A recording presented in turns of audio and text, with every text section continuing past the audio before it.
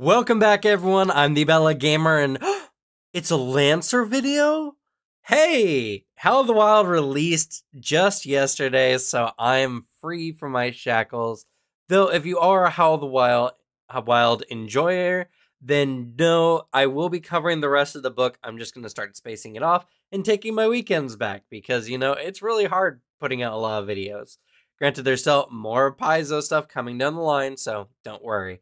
For the Lancer fans, yay! At least until late July, I think, or mid-July, we'll be getting our Lancer content back, so you're welcome. And today's a very interesting video because today we're talking about the Kid. And the Kid is a very interesting mech. And it's, to be fair, and I want to put this out up front because obviously, as someone who is reviewing, in a sense, the kind of content for Lancer, I want to make sure that you guys know my general impressions. I'm not a big fan of the Kid. I think it's a very strange mech and one that seems like it's a lot of work to get a whole lot of nothing a lot of the time. And I'm sure a lot of people like the mech out there. I just wanted to let you know my general impression of it. So, then you can ignore everything I say in this video if you don't agree with me. It's easy as that. And if you do like Lancer content, I do recommend subscribing to the channel. Really, we talk about all things tabletop here, and Lancer is the game I cover the second most next to Pathfinder 2nd Edition. So, it's the place you want to be. And as well, I recommend liking the video so that more people get a chance to see this wonderful Lancer content. As the more people who see Lancer, hopefully means the more people who play Lancer.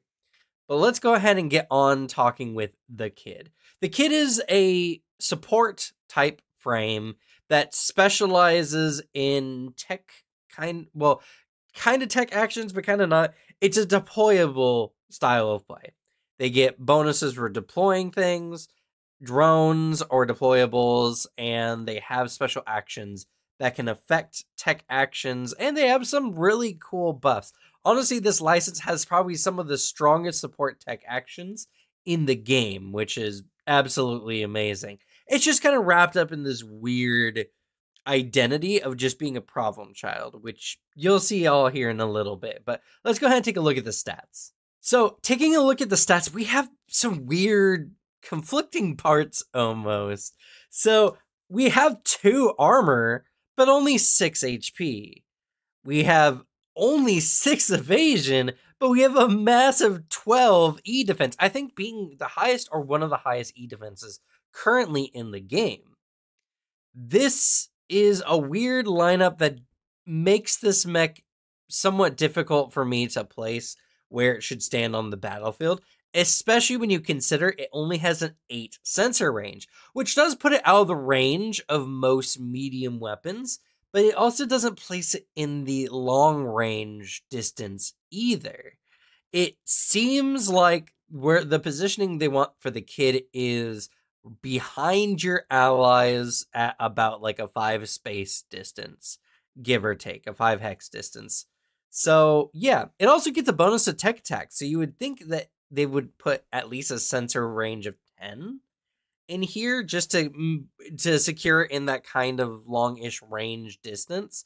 Very, very interesting. Now, the low HP is kind of a problem because honestly, as much as you might want to spec into systems for this kind of mech, especially with its save target of 11, making it a really good hacker mech, it is very squishy. The 2 armor definitely helps for sure, and it's definitely not the squishiest mech out there, but it is a little bit more on the squishy side in consideration for the sensor range that it comes with. Now, it does have, and this is probably where all its points went, a massive, way more than average 10 in its system points.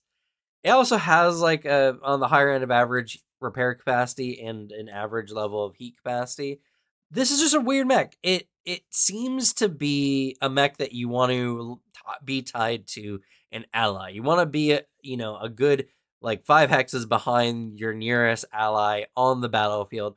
Hope the enemy doesn't have any kind of artillery fire, and pray for the best. But yeah, if you're specking out your Kid, if the Kid is going to be one of your main mechs anyway, definitely invest in some hull. I mean, you should always have some hull in every mech frame you play, but the kid especially really needs it because even though 2 armor is really nice, 2 armor means that anything above like a main weapon is going to hurt you pretty bad. Anything like main and below, yeah, you're fine. You're fine against some Ox weapons. I mean, you may take a damage here or there, but that's pretty okay. Main weapons might be a little bit scarier, sure, but you might survive your first hit. But anything bigger than main, and you're just gonna get blown up. So you need hull in order to survive. And lots of artillery weapons do a fair amount of damage. So yeah. So systems, hull, you really don't need more than that. Maybe some engineering if you want to get some extra limited systems, which to be fair is also something this mech just seems like it wants so many different things. Its speed, I also forgot to mention its speed. It's a really fast mech. It's strange how fast this mech is and how poor its evasion is. I don't know. It's such a weird mech. I don't think it's bad by any means. It's just a mech that I find a hard place deciding where I want to play it if I was to be operating a kid. But let's go ahead and take a look at its traits. All right, so first we have rapid deployment. This is actually a really good trait. It allows you to, on the first turn of combat, you can deploy any kind of drone or deployable thing as a free action. That's pretty solid. This allows you to essentially get something out on the battlefield as quickly as possible and do so a lot on the first round of combat, which is, it has a lot of impact and it plays into some of the kid's main features. Reroute power is also very interesting and this really much plays into how the kid is a frame designed to put out as many deployables and drones as possible. So essentially you destroy one of those you can destroy one every round, and you can either grant an ally a d6 plus 1 overshield or deal a d6 plus 1 energy damage to a hostile character. Now, either the hostile character or the ally character must be adjacent to whatever is destroyed for them to gain the benefits. Systems without limited that are destroyed in this way must be repaired before they can be used again. So there are some deployables / drones out there that you can send out and then bring back. If you blow it up, you gotta repair it first. That seems pretty common sense, but at the same time, I'm glad that they wrote the rules and just in case, because some people just need it written in words in order for it to be clear. For a quick action, it's honestly not bad. If your deployable is getting low on health, or you have a drone that you know is just about to get annihilated by an enemy because it's just being too much of a thorn in their side, this is honestly not too bad. Though the need for adjacency is kind of the harder part, and I feel like there's a lot of times where reroute power might come up that there's just no valid targets for it to be used. So that being the case, it's not perfect, but I still think it's pretty good. And the final trait is recycle, and it's actually tied to reroute power, because if you destroyed any of your deployables with reroute power at all during a scene, you restore 1 charge to a limited system of your choice that has either the drone or deployable trait or tag, as you can see behind my head here. So yeah, it plays into itself. So obviously what we can already see about the kid is it loves deployables and it loves drones, which makes it really good for the drone shepherd or drone commander. I think it's drone commander. I think drone shepherd or shepherd is one of its talents.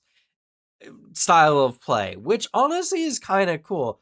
It's not too bad. I think my only gripe is getting as many drones out there. You also have a massive amount of system points. So much so that honestly, it almost seems like even though they get a bonus to tech tac, even though they seem like prime real estate for being a hacker, especially with a higher save target, they don't really want you to hack, and instead they want you to use drones that use your save target and invest in engineering to get as many drones as possible. Having a high system points, so you never need to invest in systems. So pretty much you can focus everything on engineering and hull, which I think is actually more the design that they want.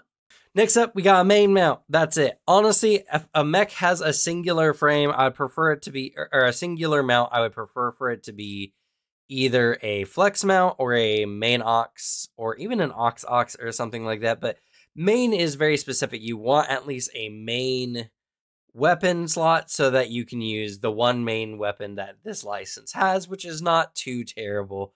So, in the end, this is a drone style, deployable style frame, so it doesn't need a lot of weapons. So, yeah, but just know you're not going to be using your kid to blow anyone up anytime soon. All right, next up we have its core system, and it has a massive passive. And that passive is the Jolly Roger. So the Jolly Roger is essentially your own personal satellite you put into orbit around a planet to do a variety of things. It's really, really cool. So how this works is you get your Jolly Roger die. It's essentially a D6 that starts at 1. And then every time you place a drone or deployable, use a tech action. Well, not every time. So once per round, you can gain a bonus, or you can increase the die when you place a drone or deployable, and when you take a tech action that targets at least one ally character, which you can use to bolster, which can give your allies some, some much needed boosts. Now, each of these options can only be used once per round, as I just mentioned, but the die also ticks up by 1 anytime a hostile character takes a tech action against an ally character within your sensor range with no limit. This is probably why the sensor range isn't as big, because depending on the type of fight, your Jolly Roger die might be just going ham. It might just be getting to 6 every round. So, kind of makes sense. I can kind of see where it's coming from for sure. But what does this do, right? Is it worth kind of all the oddness with the frame? Well, it has 3 major functions. Whenever you use any of these functions, the Jolly Roger die is reset to 1. So there's no spending points. It's just, do you have enough to use a particular function? Yes, no, reset to 1. You can activate this as a quick action, and you have 3. So there's Plunder, which is for any value on the die that's 3 or higher. So you need a minimum of 3 on the Jolly Roger die to do anything. When you do so, you scan every hostile character in a Blast 1 area and give them lock on. Not bad, and as a passive system that you are kind of just letting go in the background, honestly not bad. And honestly, it's really easy to get this off on like the first turn if you really decide to, especially because you get an extra deployable for free, or drone or deployable for free on your first round of combat. So, I mean, you can easily drop one, you can move, you can bolster an ally or whatever, and you can be able to plunder the enemy with your remaining action if you so choose, which isn't bad. Burst 1 isn't a big area, but there's a little bit more on that, so I'll hold off on talking more about it here for now. But let's talk about Swindle. Swindle is the next one, and that's for any value of 5 or lower, and this one is pretty good. So every hostile character in a Blast 1 area must succeed on a system save or become impaired, jammed, and slowed. Heads in the way. All right, well, I'll have to hide the cam. Until the end of their next turn. That's really devastating, and honestly, impaired, jammed, and slowed on a single enemy, of course, based on a system save, can be really, really devastating. It's also Blast 1, so getting maybe 2 enemies in this can be really good. The last one is Shiver Timbers. This one is just a laser. You shoot a space laser, and an enemy needs to make an agility save or take 3d6 AP energy damage. On success, they take half the damage, so they're always taking at least some damage.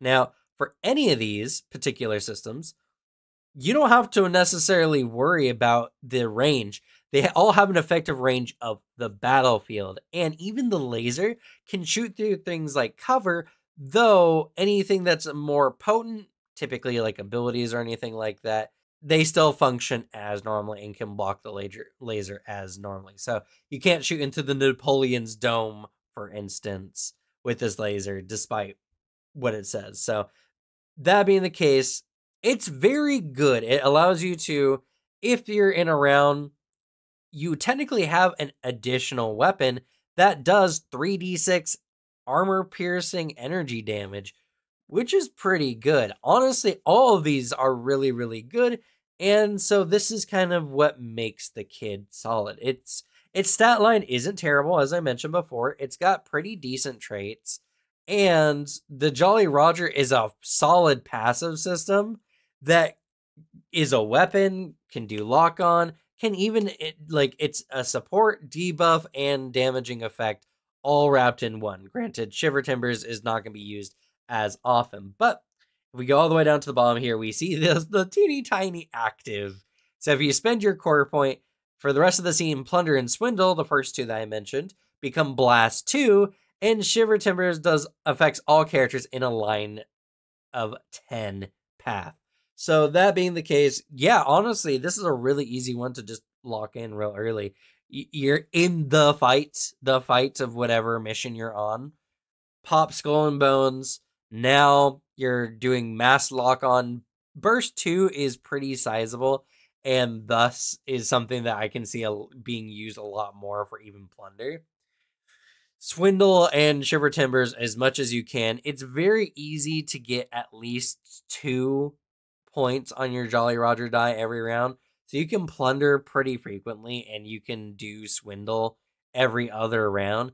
Shiver Timbers becomes a lot harder. It becomes maybe 1 every 3 rounds if you want to focus on it, unless the enemy team has a hacker, in which case this might come up way more frequently. So it's interesting. The kid has this interesting place of being kind of not necessarily an anti-hacker, though it does have some stuff in its license, but does have it wants to stop tech mechs, and as well it does have some interesting support capabilities, and it really is suited for a large variety of drone play.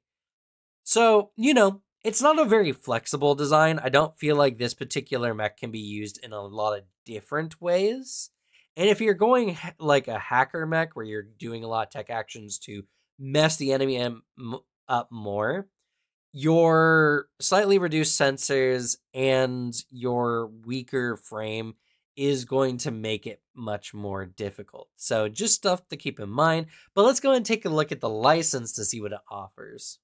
All right, first up, we have the Black Spot Targeting Laser here at the first rank, which I absolutely love. You know me, I love all my weapons in the first rank of any license. This one is pretty good as a 15 hex range, and it does a D3 plus 1 energy damage. It does cost you a system point, which, might be a little bit bad, but it is a very interesting weapon, and it's perfect for the kid, which, it is in the license of. So on a hit, drone seeking and Nexus weapons gain +1 accuracy to attack the target until the end of their next turn. So because it's until the end of their next turn, you need to be very careful. Due to how Lancer's initiative system works, the enemy might just choose to go immediately next after you. So you want to target enemies that have already gone, or enemies who are going to act later in the round. So something to keep in mind, and obviously this isn't a main damage weapon. A D3 plus 1 is not bad for a main weapon, but it is not as good damage-wise. Obviously, we're here for the extra drone seeking and Nexus weapons, and because you're going to be likely playing the kid while using this particular rifle, this is a really good weapon for use with certain types of drones. So that being the case, it's honestly not bad. And on critical hit, the enemy receives lock on, which is really, really cool, honestly. I really like that aspect of it. So the Black Spot Targeting Laser is very interesting in a lot of builds. And if you're playing a build that has a lot of potential firepower, throwing on the Black Spot Targeting Laser for some of your barrages might not be bad, because you never know if you just inflict lock on onto the enemy, making it much easier for your allies. And the range is massive, making it really good on artillery mechs as well. This one actually pairs really, really well with the Swallowtail. So, something to keep in mind. All right, next up we got PEBCAC. Interesting name, PEBCAC. It means problems exist between chair and chassis, which is a phrase. But yeah, PEBCAC's just funnier to say. So what does PEBCAC do?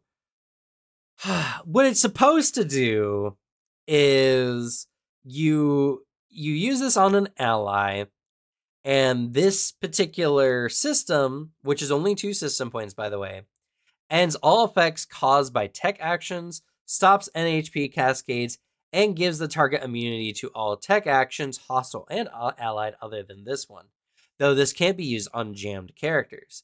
So what this is really supposed to do is it's a cleanse, an immediate cleanse to stop like an NHP cascading is honestly not that bad. It's a or is really terrible, but with this, it's really, really good at stopping it specifically. So if you have a teammate whose NHP is cascading, bam, you have this. It makes it no longer a major issue for your team.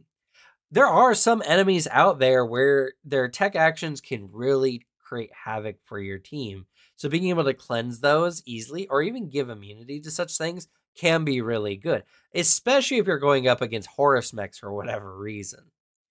The problem is it comes with a side effect, and this is kind of a system that I don't like, even though I see the major benefits of it, because sometimes the cure is worse than the disease. So when you use this, you then immediately roll a d6 and you apply the appropriate debuff as listed here next to me. So if you roll a 1, your target becomes jammed until the end of their next turn. Rough. That's really bad. Jammed is a really bad one, if you ask me. What can I say? It's just like, yeah, sure, you're cleansed, but now you can't do really anything on your turn. Some mechs can work really well in jammed, I should say. So depending, this one isn't so bad, but most of the time it's pretty terrible. If you roll 2, the target moves its speed in a direction of the GM's choice. Probably a random d6 roll if I had to wager, which direction it's going to go. But it might be really, really bad for your ally. It really depends. It really depends on how annoying your GM is. If you roll a 3, your target moves immediately 3 spaces towards the nearest character, allied or hostile, and then performs an immediate improvised attack. If there's no targets that are within range, it just only moves instead towards the nearest one. This one's not so bad. I mean, an improvised attack might hurt some mechs, but some mechs with armor, it's not really going to make a big deal anyway. Though, again, because it can move towards an enemy as well, this can move your allies out of cover and into bad situations. So, that being the case, potentially also really bad. 4, your target is knocked prone and takes 2 damage. Kinetic damage, specifically. That's also really, really rough. They take damage and they're knocked prone. Rough. That's a really annoying one.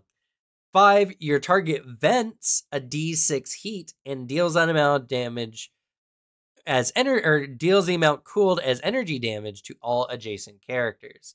This one's potentially really, really good for a frontliner, and even if there's no enemies to be vented onto, this will often just give them some reduced heat, which can be good. Though again, some allies want their heat, and thus you're actually nerfing them.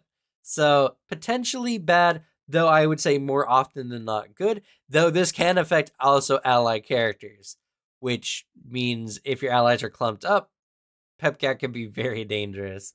And the last one is your target immediately stabilizes and can choose what to do. That's a good one. That's a really good one. So this particular one it ranges from really bad to really good, but it's mostly kind of bad depending on the situations. There's some ways this can be done well, but Pepcat obviously doesn't want to be used that often. This is kind of like a last-ditch effort. So not bad to have onto your mech frame, I suppose, if just in case, like if you have an ally who has an NHP that is very scary when it cascades, like the Blackbeards, for instance, then yeah, this one is probably a really good one to have on, just in case, just to stop the NHP, because honestly, none of these are as bad as a cascading and an NHP. But other than that, using this one is just so particular that if it wasn't the kid, I would say you would save the system points. But the kid has so many system points that I think if you take everything in the license, you still would have points to spare. So that being the case, situationally, depending on your team comps, this one might not be bad. But oh boy, it can be real rough. All right, on to rank 2. Along with picking up the Kid, we have the Omnibus Plate. This is a 1-point system, and it's also a deployable, and it's very interesting. So you deploy this one as a quick action, and it's a large plate, essentially, you set down. It's large enough to hold a single size 1 or smaller drone or deployable at a time. Drones and deployables are placed on this, gain resistance to all damage, and gain a +1 to the size of any burst or blast effect they generate. Additionally, any of their effects that require adjacency can now be activated within range 2. Omnibus Plate can be really handy for a lot of different drone setups, a lot of different deployables, a lot of different many things, honestly. So depending on your kit, Omnibus Plates are just really solid. It's also a limited 2 system. So even if you don't have a ton of engineering, you probably can still get a good amount of use out of this during any particular fight. So that being the case, this one's pretty good. It's more of a support for another support ability, and that's kind of one of those things where it's like, is this worth it? Is it worth spending a quick action to support probably another quick action? In a battlefield, that can be very hard to say. Obviously, gaining resistance to all damage is very good, and there are some very valuable deployables and drones that you want to make sure they are standing for as long as possible. So, it's one of those situations where I can definitely see very frequently players are all about the setup and not about finishing the mission. And because this is a static object that cannot be moved, sometimes you're just set up and then the mission moves on without you. So I don't know. I like Omnibus Plate. I think it's really cool. It's just one of those things where it's a setup for a setup, and thus you have to take into consideration, is this worth my time at this time for the current battlefield? Sometimes yes, sometimes no. If you got plenty of prep time, sure, this is absolutely amazing. But rarely Lancers have time to prep, or at least when on the battlefield. So that being the case, this is potentially really good. Another great name convention, this one is Field Approved Brass Ignorant Modifications. This is probably the most powerful buff in the game, if I'm going to be honest. It's 2 system points too, which, there's been plenty of things that are worth 3 system points that are not nearly this good. So it's a quick tech action that you can use on an ally.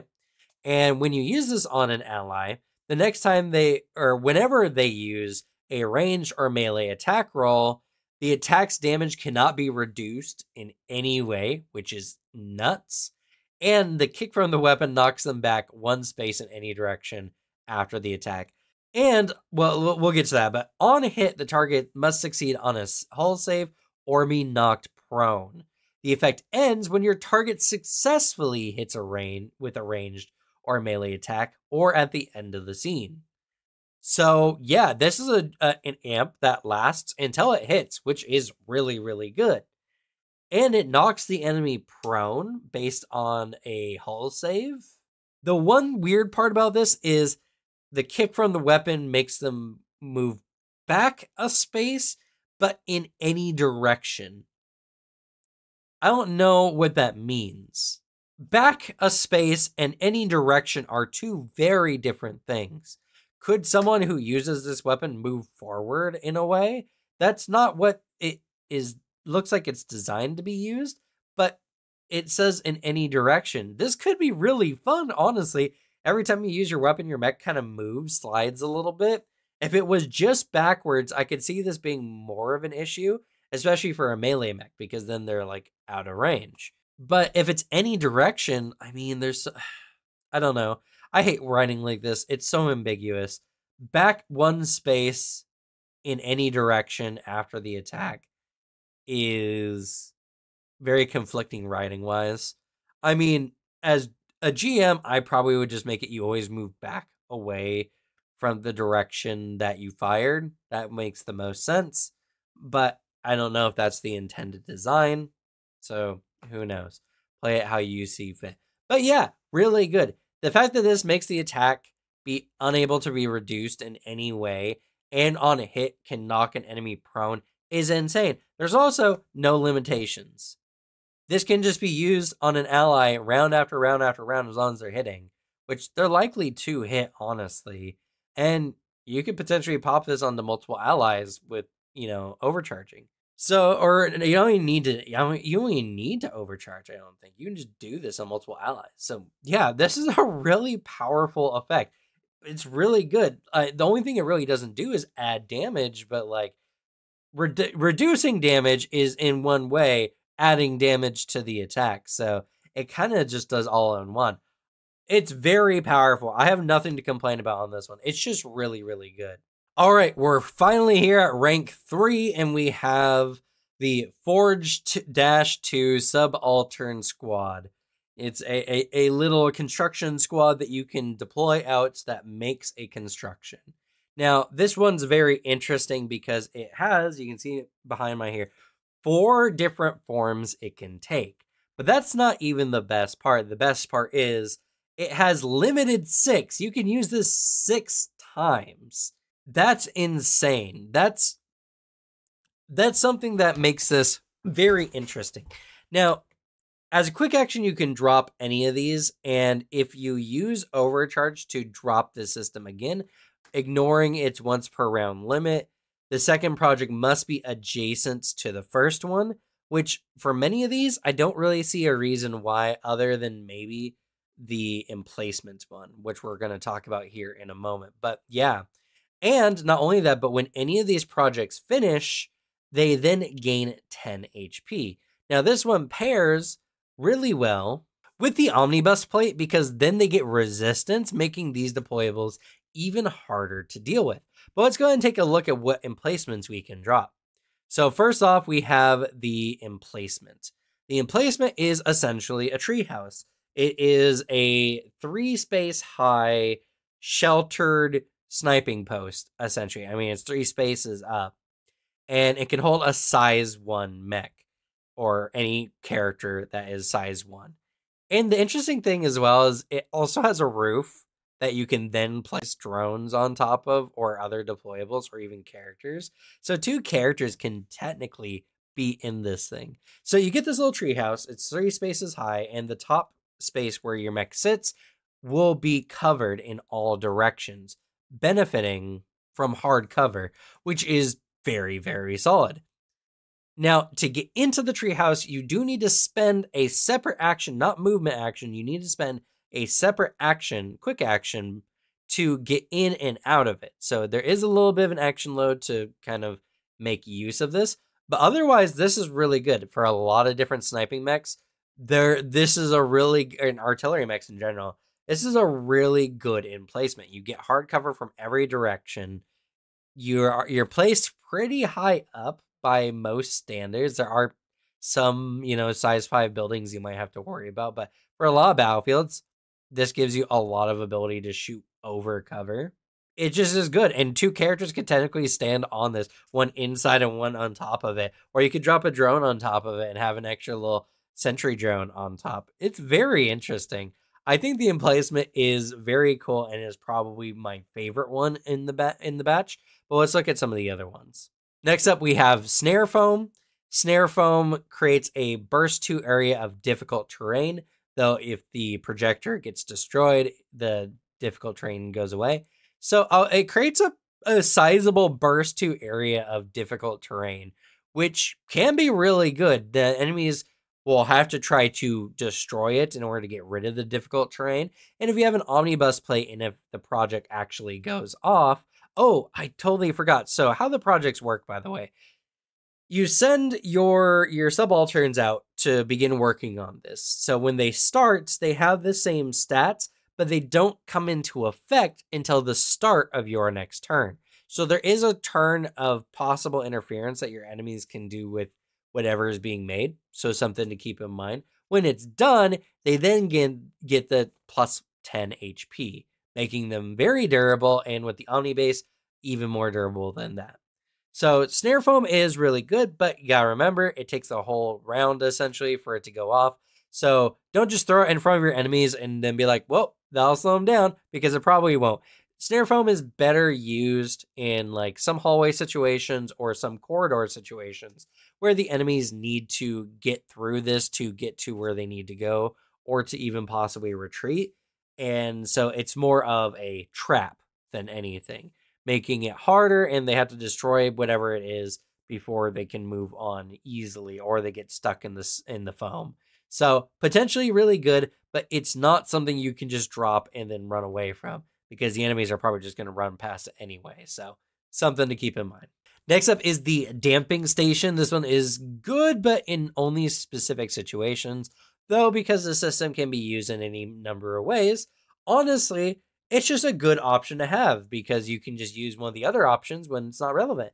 But what it does is it creates a burst 1 field where all allies gain immunity to burn and clear any burn currently on them. You create a little sprinkler station to cool all the mechs. It's pretty cool. Now, it only works, technically, as written here, with allied characters. So even if an enemy comes in to go join the sprinkler party, they don't get to be free from the burn. So honestly, not a bad one, and a very solid one to pair with mechs that can potentially burn themselves, or against enemies that are like, using big flamethrowers and causing lots of burn damage. So that being the case, damping station is an option I'm very glad is here, at least, even if you're not going to use it all the time. And the last one is the armor pack, and this one is insane. My head's a little bit in the way. 1 second, let me boop. All right. So what it does is you create an armor pack. This is a literal video game buff. We're playing Halo here. It's a literal buff that you just drop down, and this one is one of the ones that is the most insane to me, because you put this little pack down at the beginning of your next turn. Boop. It drops a little armor pack. The next ally that runs adjacent to it the pack leaps onto them, and they gain a +1 armor for the rest of the scene. And this can temporarily put them over their maximum armor limits. And there's no limit here. There's no limit to the number of times a character can benefit from this. Yeah, sure, technically, limit-wise, you can do this once, maybe twice around, give or take. And potentially twice around. I mean, that's +2 armor. I don't know. It's just +1 armor for the rest of the scene with no apparent limit other than what you're limited here. So can I just drop 6 of these and have an ally get +6 armor on top of whatever armor they already have? Like, if we have prep time, can I just make like a Genghis an unkillable god?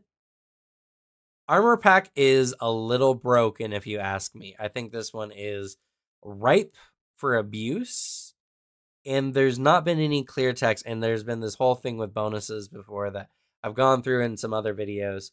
So legitimately, I don't know. And this is actually kind of one of the things with this particular thing. Sometimes you just don't get the answers unless you're in the Discord for it, and even then you might not get anything official, so it's still left generally in the air. So armor pack is good. I would say very good. I would have limited it to each character can only benefit from this once to kind of curve some of the potential power gaming with this one. But it only lasts for a scene, I guess. I don't know. I think armor pack is really cool. It just seems ripe for abuse, if you ask me. Yeah, but I really like Forge Subaltern Squad. It is really solid. It gives you a lot of really cool options, and it really plays into the style of the kid, which I really enjoy. And finally, the very last system we have here is the Smokestack Heatsink. This is 3 points, which I think actually puts us a little over here. 1 second. So this does actually, so the kid doesn't have enough system points, at least at base, to get everything in its license, but it's really close. There's a total of 13 system points, and I think by the time you gain access to the kid, you have 11. So that being the case, you're 2 points off of having everything, which is absolutely nuts. But yeah, let's see though. I think this is just going to be the standard. The last system, for some reason, is always bad because the deployable smokestack heatsink is interesting. So a heatsink for those who are unaware, is used to draw heat away from an important component or source to make it operate at a better, make it operate better. Most or every computer has one of these because computers just get very, very hot. So you would think the intention behind this is to allow allies to generate heat more efficiently. And that's kind of the case, but its limits make it almost pointless and potentially dangerous for your allies. So what's it do, right? You expend a charge, which just has 2 charges, to deploy a pylon. This pylon absorbs all heat in a burst to area around itself. It absorbs heat from any character who is at least partially within the affected area. Before reductions, including resistance, which means it just takes the full even if your ally has innate resistance to it. Once the pylon has absorbed 6 heat, it explodes. Characters within the affected area must make an agility save or take a d6 plus 3 AP energy damage. On success, they take half damage. Objects and deployables in the area automatically fail. Any excess heat absorbed by the pylon as a part of the same action is harmlessly dispersed. So it will just absorb all the heat, but then explode. My gripe with this one is it's only 6 heat. That's good for 1 to 2 uses, maybe. After that, it becomes dangerous because potentially you just could explode it, and then your ally might take, or yourself might take a d6 plus 3 energy damage. Now, if your ally has very high agility, maybe they're just not worried about the explosion, and that's just a function that they can utilize to their benefit. But it's something that I would find to be difficult to use. 6 heat is not bad. If this was 10 heat, it would be a lot better. In addition, it's 3 system points. 3 system points to potentially absorb a max or 12 heat if you put 2 of these down together. And what if you have 2 that have overlapping areas? Which one gets it first? Do they both just generate it? I don't know. There's a lot of problems with this one, mechanically speaking. But even if it was clear, 6 heat is really not a lot. I mean, yeah, there are some systems that just drain a heat every time you fire like a gun or use a system. And so it's pretty easy to generally put yourself in a situation where you're like, okay, this is almost full. I'm going to move away from it now. And there we go. It can be used that way. I think there are some very good and intelligent ways to use the heat sink. And it can be really good. But with the prevalence of how many people use Nuclear Cavalier, a lot of mechs just really want heat. And for 3 system points, I mean, of course, you're playing the kids, so you have so many system points, though. But for any other mech, like, this just seems like it's not good. And potentially really, really bad. I mean, even if it was just 6 heat and didn't potentially explode, then I would be like, okay, it seems a little expensive, but whatever, we can make it work. This is, I think, best used with any kind of weapons that, deal heat to your mech every time you fire it. And mostly 1, maybe 2. Granted, if it's 1, you could use this 5 times. If it's 2, you can use this twice. Because if you go any more than that, it's going to explode. So, yeah, I don't know. I think it's interesting. I like the idea behind it. I probably would have increased the heat to 10. Or just not make it explode. Either one would have made this a lot more worth the 3 system points. If you made this 2 system points, I could see it a little bit more, because at least then it's a little bit on the cheaper end. But I don't know what it is with Lancer, but every time I look through the licenses, the last one always seems to be kind of bad. I don't know. Like I said, there are ways you can use, like everything. There's nothing in this game that's truly terrible. It's more like they just don't seem as efficient at what they're trying to do as compared to like many other things in the game that are oftentimes cheaper and easier to use.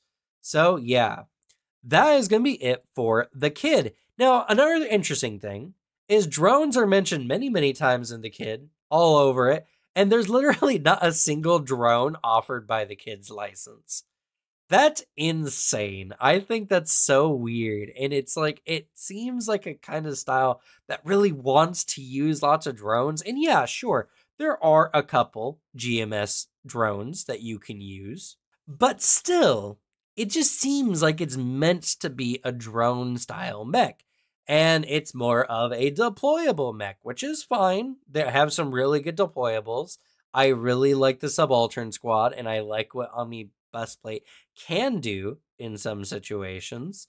It's just a very strange mech. I'm not a big fan of the kit license, even though I can obviously see some of the benefits here. And just because I don't like something doesn't mean it's inherently bad. I think that the kid does offer a lot of very interesting things. I just think that it seems hyper designed to do one thing, but that one thing doesn't seem like it's going to make battles faster or easier. You know what I mean? It seems more like it can do some cool things that you can play around with. It's a jungle gym style mech frame, like license in total. But I don't know. I mean, again, it's just my opinion. You guys can definitely enjoy however the mech however you want. But let's go ahead and take a look at what we're going to do next. Next, we're going to be doing the Atlas.